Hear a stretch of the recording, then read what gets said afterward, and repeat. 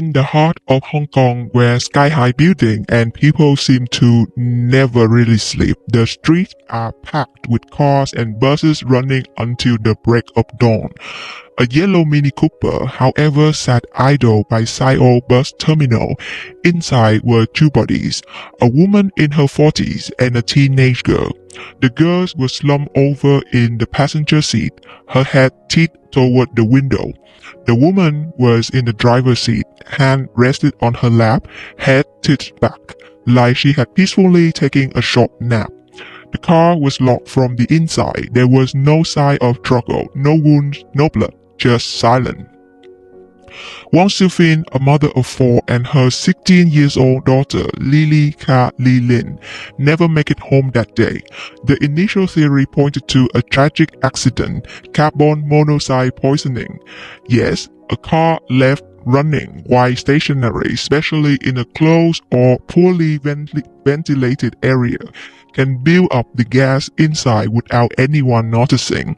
Carbon monoxide is odorless and colorless. You don't smell it, you don't see it, you just start feeling sleepy and slowly doze off.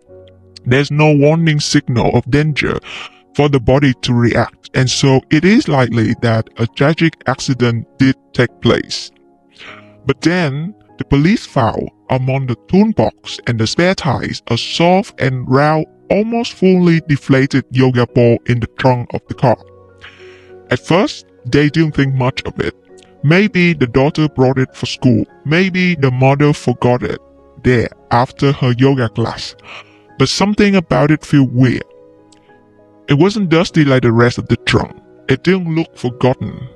And you know it's bad when even your gym equipment is suspicious. Like, who look at a yoga ball and go, yeah, let me weaponize that. This episode is about a man who thought he was smarter than everyone else. Spoiler alert, he wasn't. But he still left two dead bodies behind and a yoga ball deflated with secret.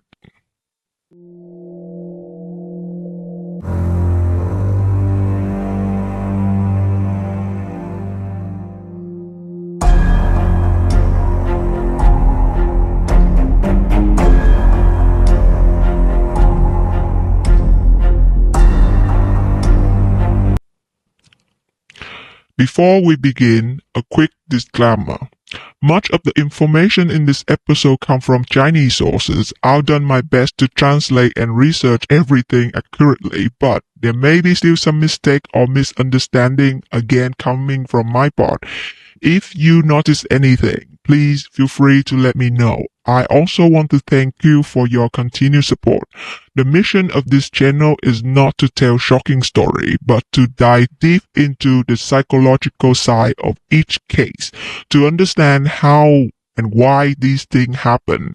Our hope is that by sharing these stories, we can help prevent future crime. For those who may be thinking of doing something they cannot undo, know this. Investigators are trained and the truth tends to come out. And to the friends and family member listening, if you see sign that someone you love is struggling or acting in way that worry you, please don't ignore them. You may be the only person who can help before it's too late. Lastly, English is not my first language, so if I mispronounce a word or stumble a little, thank you for being patient with me. I truly appreciate it. And now, let's get into the story. Wang Xiufin wasn't a public figure, so who would want to kill her? Those that know her describe her as a woman who lived for her family, the kind of woman who spent most of her day in the kitchen. Hands never still. She wasn't loud, she wasn't flashy, she's a typical housewife. Always have the answer for where everything is in the house. Where's the ketchup? Where is the sports shoes? She even had a habit of labeling Tupperware with the date and content. Even the leftover were treated with care. She may not be running for presidency, but everything in the house run because of her. Her daughter Lily was in Form 5. Form 5 doesn't mean her height or weight. In the Hong Kong education system, the student was subdivided into different form instead of rate. So in Form 5 means she's in high school and preparing for her major public exam. She's smart, polite, and crowded. We cannot say she's a typical teenager because that would make us think of a rebellious, know-it-all kind of type. Lily is more the kind that would get her homework done without her parent happen to ask, help around the house, do dishes sometime, thanks the bus driver, and tidy up her own room. She's Jordan Peterson's dream daughter. She had a pretty solid relationship with her siblings. She even wishes them good luck on exam days. Her plan was to join a medical school. She wanted to be like her father, a doctor. The father, Dr. Khaw Kim Sun, is the type of man that you would trust with your life. I'm not kidding. He's a anesthesiologist, so you have to trust him with your life. He's a refugee from Malaysia. I don't know that there are refugees from Malaysia in Hong Kong. So Dr. Carr, he was the first generation immigrant who made himself a doctor. And listen, I need to talk a little bit about the stereotype. You know, the one that Asian parents always force their kids to become doctor. People joke about this like it's a personal trait, but it's not. It's not just pressure. It's strategy. It's not because they think their kids are naturally smarter than other color people, or because that they got some magical Asian discipline gene. No. It's because when you move to a new country with zero connection, no degree anyone recognize, and you just out here surviving, doctor is the fastest way to flip the table around. You take any job, you work in kitchen, on construction site, in factory, you keep your head down, save every cent that you get, and you feed that child with the dream that one day they will wear that white coat and change your whole family future. 2 generations, that's all it takes to go from broke and invisible to respected. I am an immigrant myself, and I myself wanted to become a doctor too, but I couldn't, so I have to work in the back of the lab, washing lab equipment, looking at bacteria instead of getting things by patient. But Dr. Kha, he did it in 1 generation. So, bunch of respect for this guy. When in contact with patient, Dr. Kha would explain clearly to them what is going on to happen in the surgery, slowly, no jargon, no rush, just calm. That's how he make people feel, calm, and then later to sleep. Besides working directly with patient, working in the operating room, putting the patient under anesthesia, monitor them, and responsible for waking them up afterward, Dr. Kha also has his teaching role in the university. What that means is he would hand lead his students with their research, answer their question, demonstrating and supervising the use of lab equipment. What it also means is he would have access to carbon monoxide. In 2006, he began mentoring a postgraduate student, Shara Li Wei-yi. Shara wasn't just a student, she was a PhD candidate under Dr. Kha's supervision. Shara was young, ambitious, and eager to impress. Soon after her appearance, rumors flooded down the university corridor. Some staff members saw them at lunch together. Others pointed out how Shara suddenly have access to restricted lab equipment. I'm not sure how much of this rumor Mrs. Finn heard, but she did ask for a divorce. Because, let's be honest, every wife who actually loves her husband knows when something's off. A shift in his mood, the way he closed the door, even how he lay down at night. I have a friend who knew her man was cheating just from the sound he made when he exhale. I'm not kidding. The man sighed wrong. In Mrs. Finn's case, he started staying out late, say he was sleeping at the university, he stopped showing up for dinner, the same dinner table he sat for 20 years, 20-something years.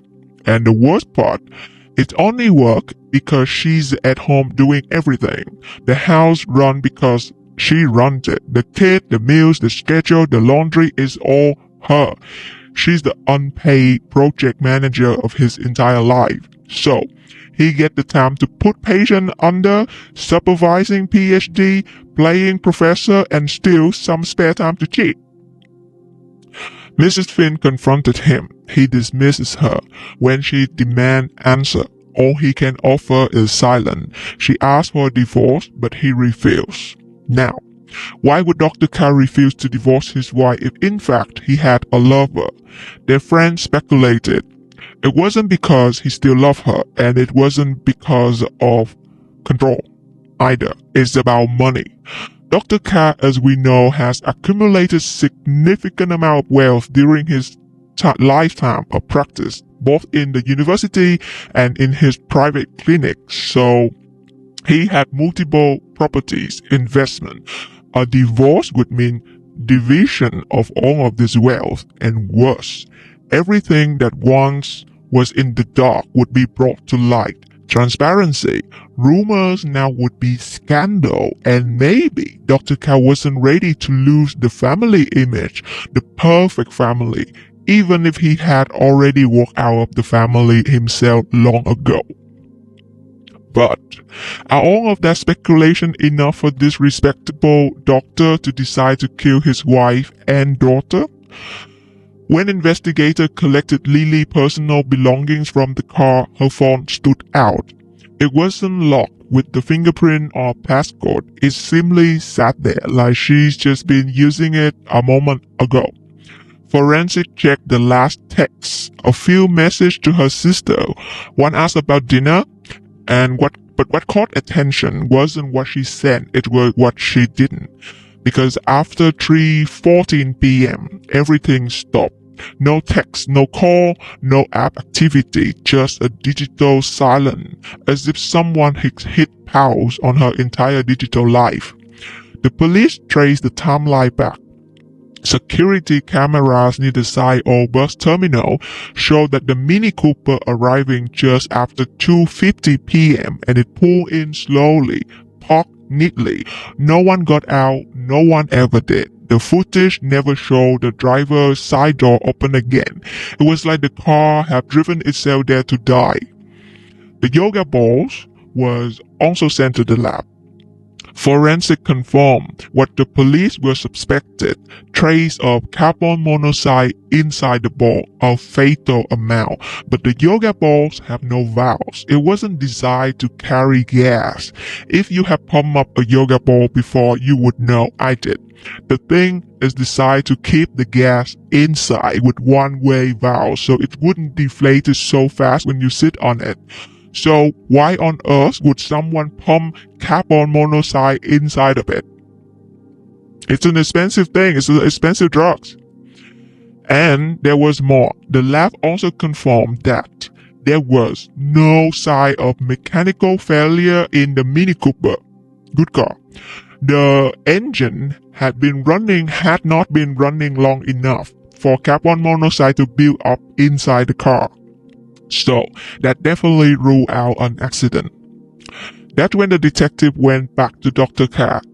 He was a specialist in anesthesiology. He worked with gases. He taught others how to handle them. He had clearance at the university to take certain material home for research. And a few weeks before the death, he signed out 2 tanks of carbon monoxide. Police started asking around the university. Dr. Khaw was known for being meticulous in his work. Everything labeled, locked, and clean. But when police showed up at the Chinese University of Hong Kong with questions, a few eyebrows started to rise. Staff from the anesthesiology department confirmed something strange. Weeks before the death, Dr. Khaw had signed out a small canister of carbon monoxide. I think it's for testing, but we see. That alone wasn't suspicious. Carbon monoxide was something used in controlled animal study, but Dr. Khaw didn't have any project like that at the time. In fact, he haven't submitted any animal testing proposal for over a year now. Then come the yoga balls.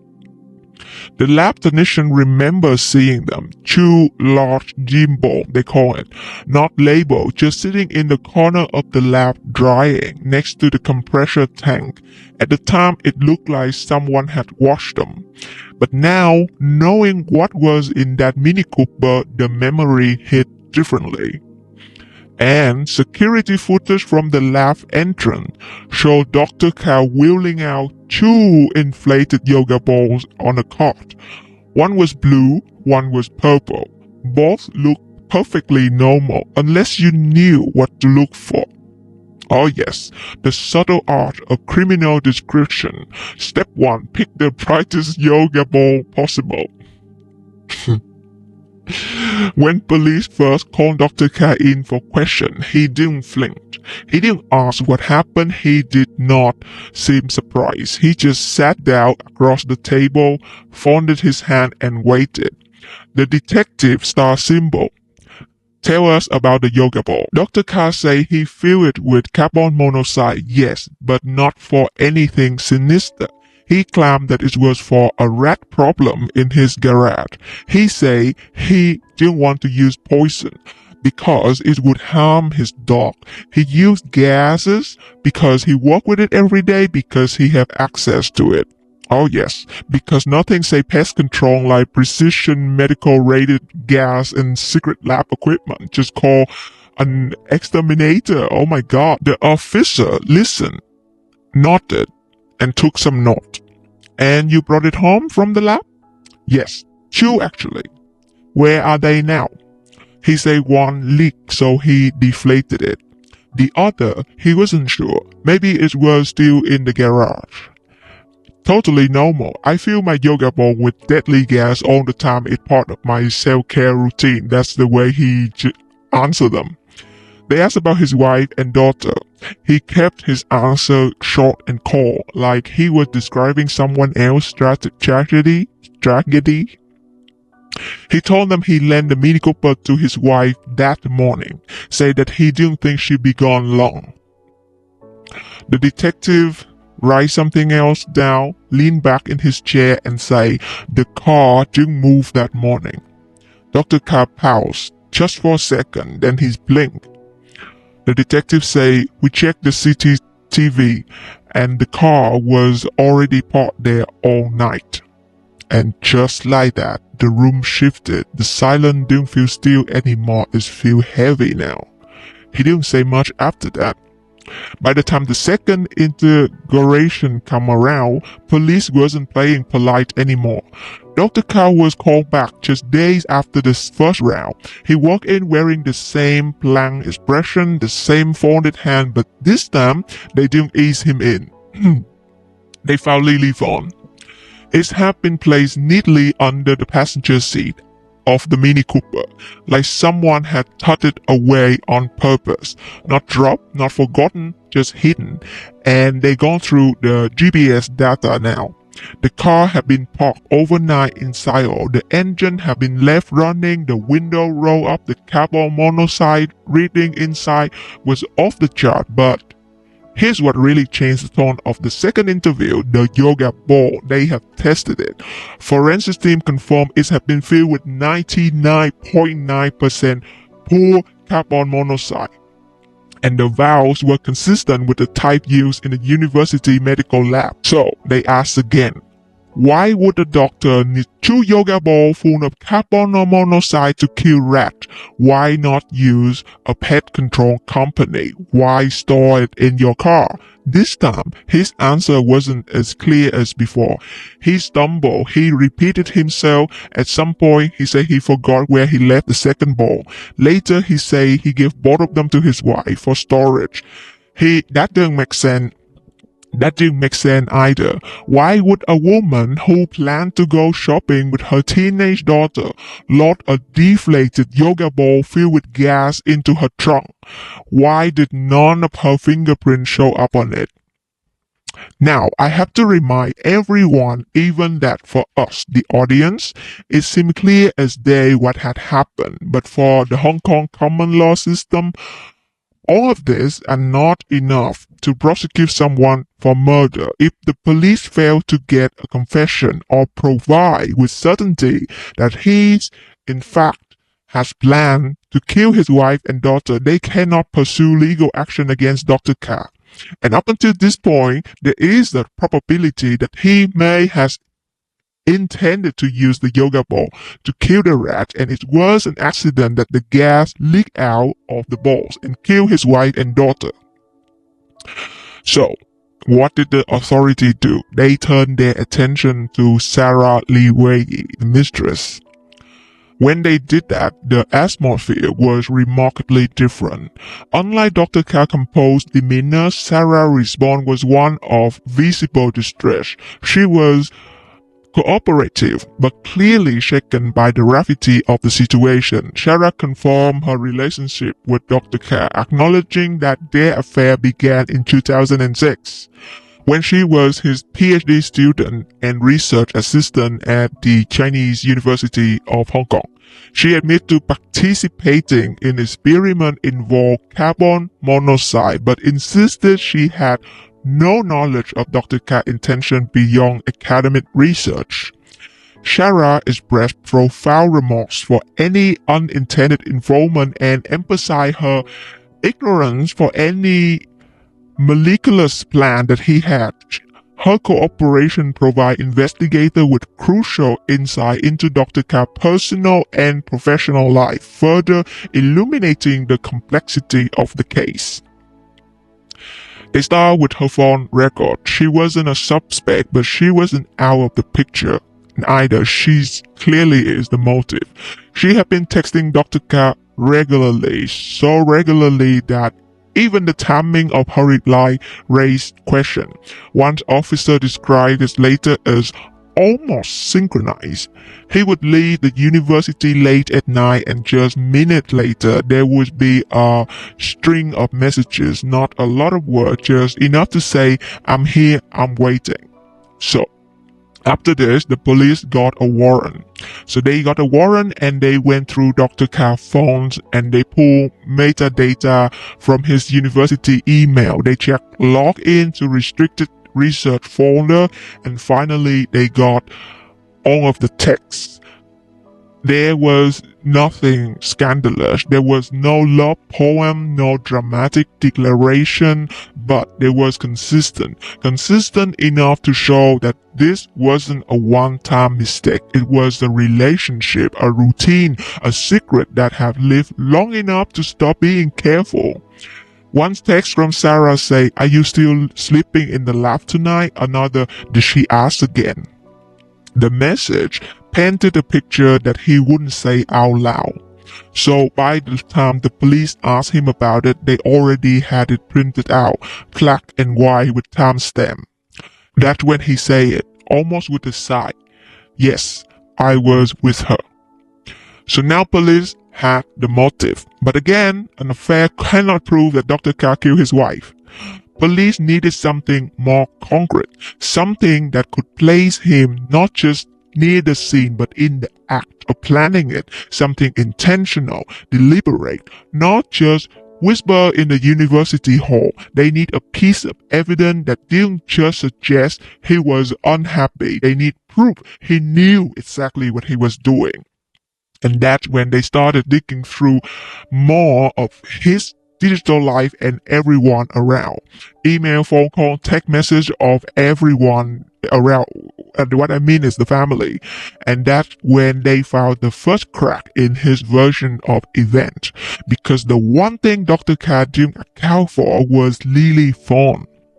Remember that they found Lily phone in the car next to her unblocked with the last message she sent to her sister asking about dinner at 3:14 p.m.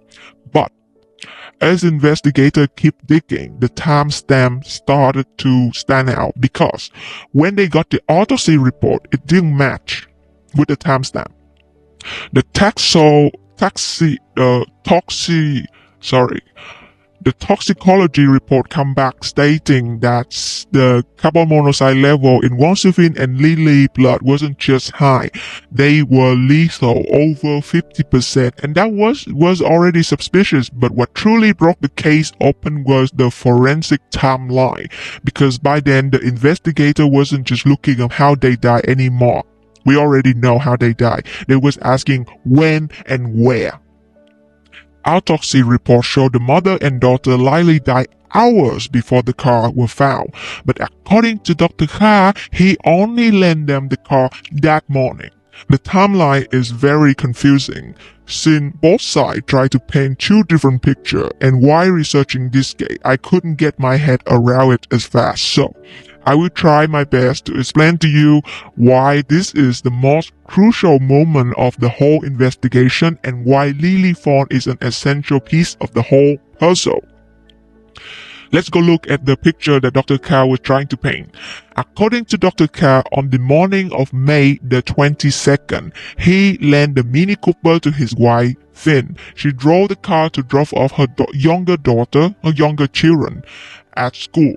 Finn returned home at around 8:30 a.m. She remained at home until 2 p.m. when she and her daughter Lily left the house together in the Mini Cooper.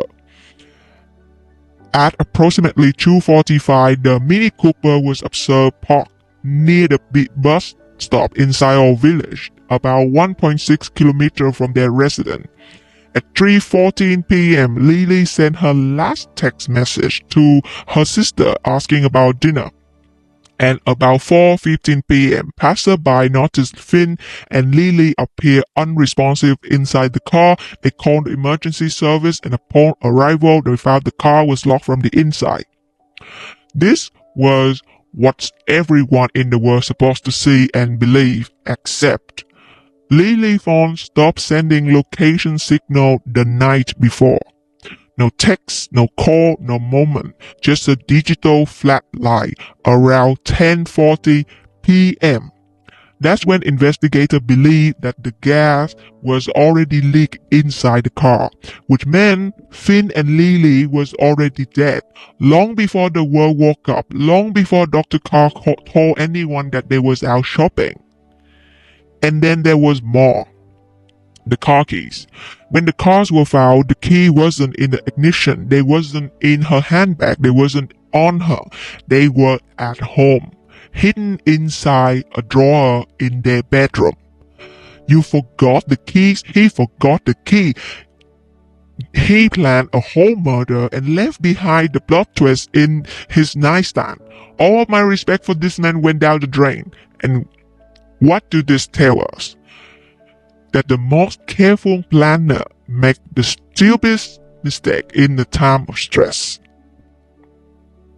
So, by now, Dr. Khaw had been questioned twice.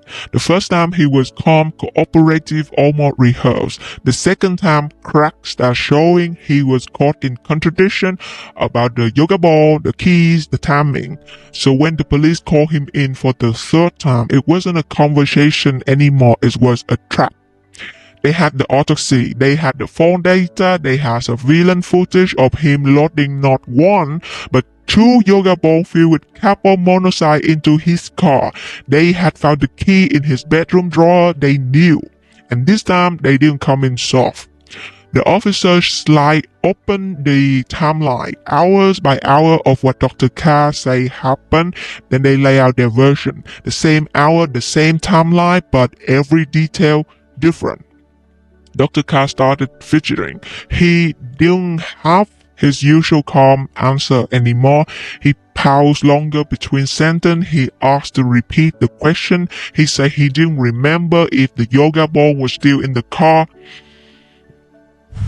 But then, the moment that locked it in, they showed him the CCTV footage, the one where he was seen walking towards his wife Mini Cooper with a yoga ball along at night. They asked him if he knew what that footage showed. He said, "I was just moving some old lab equipment."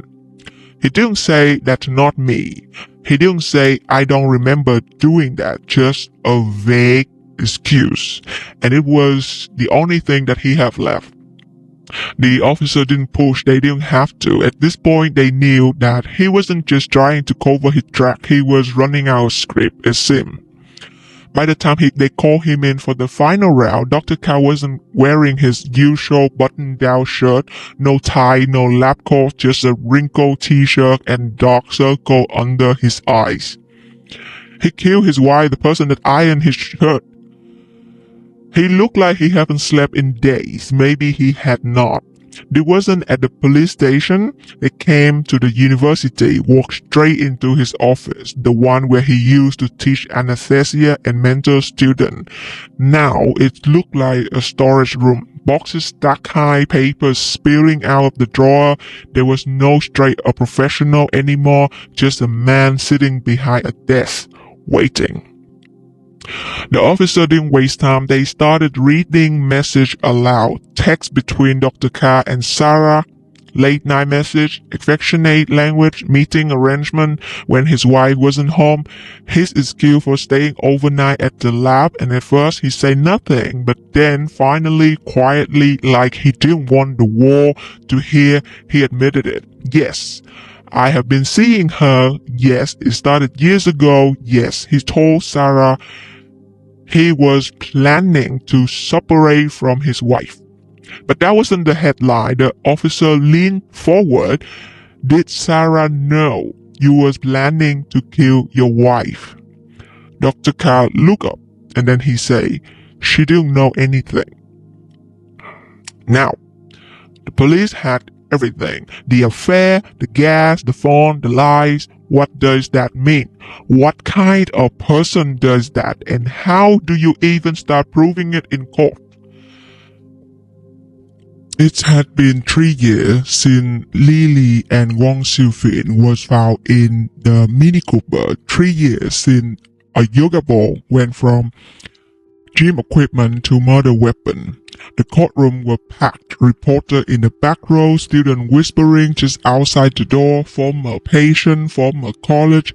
Everyone wanted to see him. Dr. Khaw Kim Sun. He walked in through the side door. No handcuffs, no visible emotion. Just white shirt, black suit, same pair of glasses.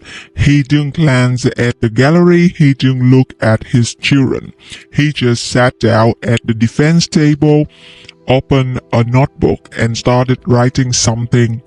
No one know what. The judge entered. The trial began. The prosecutor started with the yoga ball. They held it up in court, now deflated, sealed in an evidence box. The prosecutor turned to the jury and said, "This is how you kill someone without laying a finger on them." Gas experts testify first. They walk the jury through how carbon monoxide works, how it enters the bloodstream, how it displays oxygen, how it causes dizziness, nausea, unconscious, then death.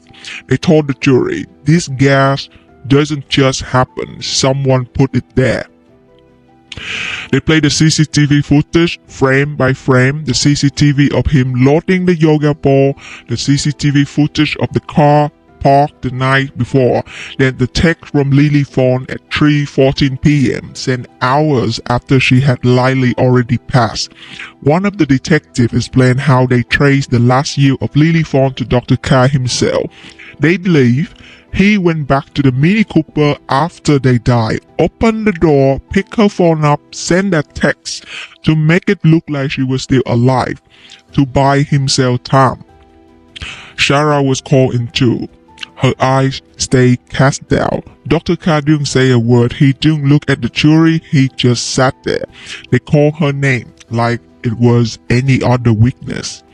But when Sarah walked in, the air shifted. She wasn't in a lab coat anymore, just a black blouse, sleeve tucked over her hand, hair pulled back, no makeup, just her. She didn't look at him. Not once, not even when she sat down and had to pass right by Dr. Khaw, who kept his head down, continue writing something into his notebook like it didn't matter. But it mattered. I think so. The prosecution kept their tone steady, clinical, just the fact. They asked how they met, how she met him. She say it was 2006. She was a PhD student. He was her supervisor. Supervisor. They asked about the yoga ball. She said yes. She knew they used them in the lab trial on rodent for gas exposure study. They asked if she knew why Dr. Khaw took the gas home. She blinked, and for a moment it looked like her mouth forgot how it worked. I didn't know what he planned to do, she said finally. He did not tell me. She sound rehearsed, like she'd been preparing to say this lie for years. I would do the same. I would rehearse this lie every single day for years too, just to say this now on court. Then come the part no one could prepare for. The prosecutor paused. Did you love him? She looked up for the first time. Eyes glossy, but no tears, just heavy. I thought I did. Did he love you? Her voice cracked for the first time. I don't know. She didn't look at him when she said it, but he looked at her. Not a fling, not a word, just stare. The courtroom was so quiet you can hear the next page turn in his notebook. The defense defending tried to deny the affair. They couldn't. Shara had already confirmed it. The message went out. The campus whisper was real. So, instead, they turned the lens. They tilted a little, asked the jury to look again. This isn't about infidelity, they say. This is about assumption. They started with the yoga ball. Yes, Dr. Khaw brought it home, but he had a reason. He told the police it was to kill the rats in the garage. And yes, it contained carbon monoxide, but that wasn't illegal, not in itself. The university used gas canister for research, and Dr. Khaw had clearance. Was it irresponsible? Maybe. The defense admit. Was it murder? No. Then they went after the timeline. They pointed out that the Mini Cooper was locked from the inside, that there was no sign of struggle, no weakness. So Dr. Khaw drove the car to Silo. No one saw him tamper with the vehicle. They showed a jury picture of the family smiling together at a graduation dinner, at a birthday party. A man doesn't wake up one morning and decide to kill his daughter, they say. Especially not a man like Dr. Khaw. And then they turn it on the police. They say the investigation focused too quickly on him, that they ignore all the possibility, that they let the affair cloud their judgment.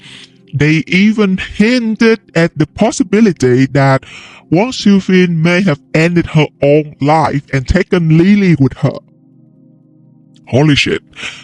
There was a pause in the courtroom after that, heavy and sharp. The gallery just shifted. Some people rapped, some other look away, some other probably have the same response as me.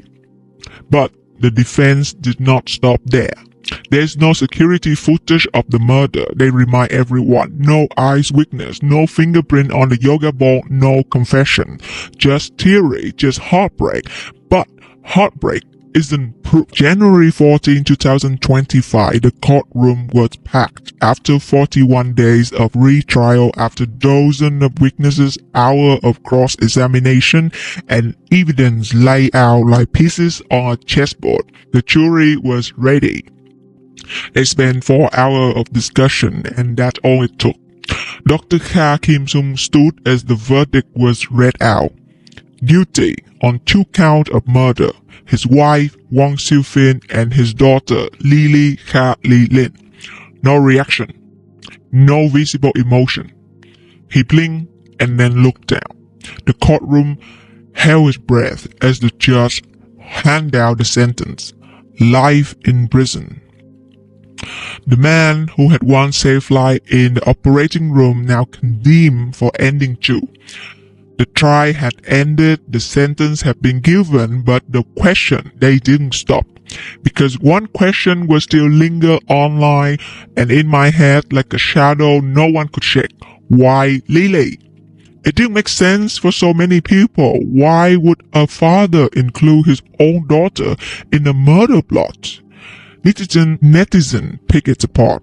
One Reddit thread titled "The Yoga Ball Murder: Why Kill the Daughter" cracked up thousands of comments, and many of them asked the same question. Was she just in the wrong place at the wrong time? Some believe it was accidental, that maybe the ball leaked earlier than he expected, or that Dr. Khaw meant to kill only his wife and Lily was simply collateral damage. Oh my god, the word that they use. But that theory didn't line up with the fact that he had asked Lily to go with her that day. He knew that they'd be in the car together. Others suggested something darker. He couldn't risk Lily talking. One user posted, maybe she knew something, maybe she was asking questions. Lily was smart and observant, and she was close to her mother. If Wang Xiufin had confided in her about the affair, about the tension at home, maybe Dr. Khaw feared that she connect the dot after her mother died. And maybe he couldn't let that happen. But the darkest theory, which is the one that I kind of lean toward, someone believed that Lily was included because her death would strengthen the illusion of a grieving father, a tragic accident, two lives lost in one moment of misfortune. He killed her to protect his life, someone wrote, and to protect himself.